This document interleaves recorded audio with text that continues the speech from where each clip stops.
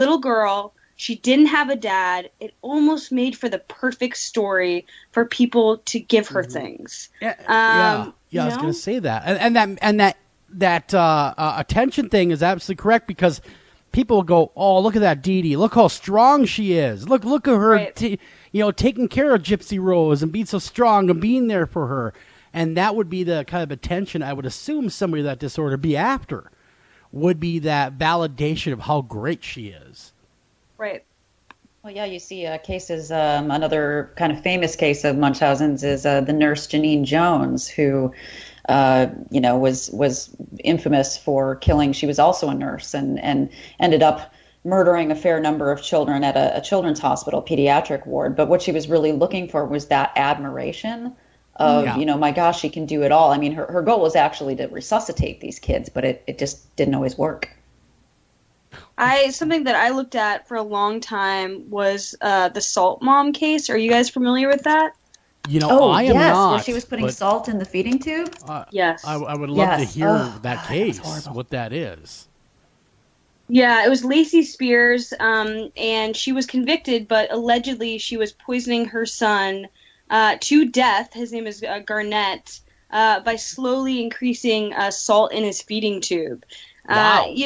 I think that for me, it seems like these are rare cases, but people who get involved, people who are involved in Munchausen by proxy, the subject or the victim doesn't live. So we don't know about these things. The fact that Gypsy Rose Blanchard is alive today, that is part of the craziness of the story. It could have happened. It could have ended very well with her, with her mom murdering her. That's where it was headed. Well, exactly. Now here's the thing, though, is when Gypsy Rose was being manipulated by Dee Dee to play sick, and indeed she was, and we'll get to that later on, play sick, they were given a house by Habitat for Humanity, trips to Disneyland. There were a lot of things because of Gypsy's alleged illnesses that she got monetarily that, quite honestly, she was a scammer, like we kind of alluded to earlier, at heart. I mean, it was just another scam. That's the way I looked at it anyway. Totally. I think it started off when they were displaced because of Hurricane Katrina, Gypsy and Dee Dee, and they were given basically they could stay in a hotel, basically, that was trying to help victims of Hurricane Katrina. And I think a light bulb went off above Dee Dee's head, and she was like, "Wait a second, yeah. I can turn this into something." Well, my question to you though is, how the heck did she fool all these medical professionals? Yeah, I mean, you would have thought there would have been checks and balances in place for this very disorder to look out for it. Man, I can't get antibiotics for a sinus infection in the winter. I swear. Yeah, it's true. I don't know how these people do it. Like, you did mention that one doctor in the documentary, though, that did think it was Munchausen's. Yeah. Yes, definitely. So the question is, how did she fool the doctors? Anytime we've ever shown the film, anytime people have asked me about the film, this is the huge question. Why on earth did doctors believe Dee Dee? And for me, as far as I could find out, basically doctors, especially in pediatric units, they have to believe what patients are telling them. They're trying to figure something out. And the huge thing here is that Dee Dee was giving Gypsy medication that supported some of the symptoms that she was reporting. There was a stolen medical pad underneath their bed. They shared a bed. And it seems like she was getting medications and then, basically force feeding them to Gypsy to when they got to the doctors, So she sick. was drowsy. She was salivating. She could barely talk. I mean, it's totally unthinkable. Now, what diagnoses was Gypsy? What was she given for diagnoses? Because quite honestly, as you'll learn later on, these diagnoses were not what they all seemed to be, and weren't even real. But for the time being, what was she screaming at the top of the ropes to tell everybody, to make these doctors believe that she had these very serious diseases? I think it all started off with that Dee Dee told doctors that she was a leukemia survivor. That, she'd been through a lot of, she'd had a lot of medication. They needed to be careful. A big one was that she had epilepsy. She was given the drug Tegretol. Gypsy was given the drug Tegretol, which made her teeth fall out. And a lot of the medications, it just was, a snowball effect. It affected her in different ways. And the huge claim was that she had muscular dystrophy, that she couldn't walk, that she was wheelchair bound. And then we talked to a doctor, Bernardo Flasterstein, in the film you see, and he says, I was, looking at her, I was surveying what was going on, and for somebody who had muscular dystrophy, there would be almost no muscle in her legs. And through the MRI, it was like, her muscle mass is fine, it's normal. So he had a big suspicion that, she could walk. He wrote it in a paper. He wrote in his notes, he sent it to her general practitioner and said, I think that this is a potential case of Munchausen by proxy. Nothing was done with that memo. Did she run away from doctors if they did kind of get clue to what she's doing? Did Dee Dee run away? Dee Dee trained her. Dee Dee said, doctors were a part of her huge scam. That's how they got medical airlifts. That's how they got Disney World. That's how they met the cast of Harry Potter, something that I have not done, and she just said, when you're at the doctor's, you sit still, do not move your legs, do not talk, try not to listen. It's boring stuff, not for babies. And if you're good, I'll buy you a toy. It was just this really infantile sort of reward system. Yeah. Well, I do notice now in every clip that you show where there's Dee Dee and Gypsy Rose, she's holding Gypsy Rose's hand. Pretty much every clip. Is that to kind of lead her in conversation? Yeah, I think that was something that we noticed. That, there was always this watchful gaze that Dee Dee was staring at with Gypsy. I think it was a tactic. Every time they were in front of the news, every time they were in front of a doctor, Dee Dee would be holding Gypsy's hand, and if something bad happened or if Gypsy said something, she would squeeze it and tell her to shut up. It's you can't make this stuff up. No, if it were not in a documentary, you'd say that plot is a little crazy. Yeah. I mean, come on. I'd say, Erin, man, I love your work, but that part of it, come on now. But you're right. It was documented. It was real. It was collaborated. Everybody said the same thing. She would always hold her hand. But when it's your like when someone has Munchausen's, and even when somebody has borderline, one of the primary foci of that is that they don't have their own identity in a way. Like, so with Munchausen's by proxy, like, I'm sure that over 20 years, she becomes so invested in this idea that Gypsy is not only sick, but she's a child that can't function on her own. That becomes Dee Dee's identity. I mean, what identity did Dee Dee have other than Gypsy? She really didn't. She never dated again post Rod Blanchard. She didn't really work. She claimed to be religious. They did not belong to a church.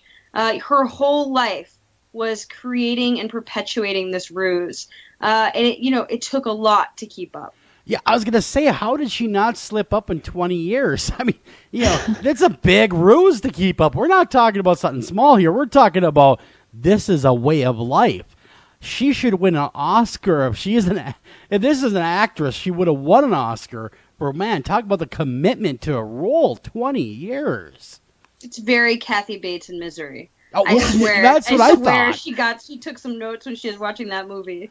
When I'm glad you brought that up, because I was watching a documentary. I was thinking, I wonder if she did the block and the sledgehammer to this poor girl to keep her from walking.